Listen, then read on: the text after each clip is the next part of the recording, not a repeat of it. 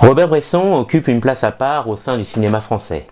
Très éloigné du style révolutionnaire de la nouvelle vague, de la perfection classique d'un Jean Renoir ou des travaux léchés d'un Julien Duvivier, le réalisateur se distingue plutôt par une forme minimaliste, un poil naturaliste, dépourvu d'artifices ostentatoires. L'individu se place au centre de ses préoccupations thématiques, guidé par une force invisible que beaucoup nomment le destin.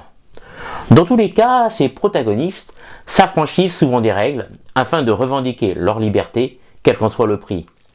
Son expérience en tant que prisonnier durant la Seconde Guerre mondiale l'a profondément meurtri et influencera bien entendu son œuvre à venir.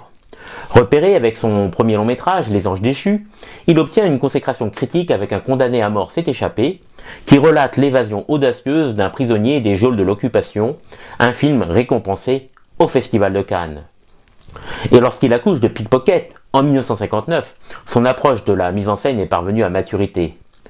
Refusant de recruter des interprètes réputés, en raison d'une collaboration houleuse avec Maria Cáceres par le passé, il engage l'inconnu Martin Lassalle. Ce dernier endosse le rôle de Michel, un homme brillant, ou plutôt qui s'imagine plus intelligent que le commun des mortels. Refusant de se conformer aux lois en vigueur, il décide d'entamer une carrière de voleur à la tire, aux grandes dames de son meilleur ami Jacques et de Jeanne, une jeune voisine éprise de lui et qui veille sur sa mère mourante. Or, malgré ses soutiens affichés, Michel persiste dans sa démarche autodestructrice, engrange même des succès notoires, est formé par un maître pickpocket et espère subsister de ses forfaits. Hélas, l'étau de la police se resserre sur lui et la fin approche inexorablement. Comme annoncé d'emblée par Robert Bresson en personne, Pickpocket raconte la rencontre quasi fortuite entre deux êtres que tout oppose à l'origine, à savoir Michel et Jeanne.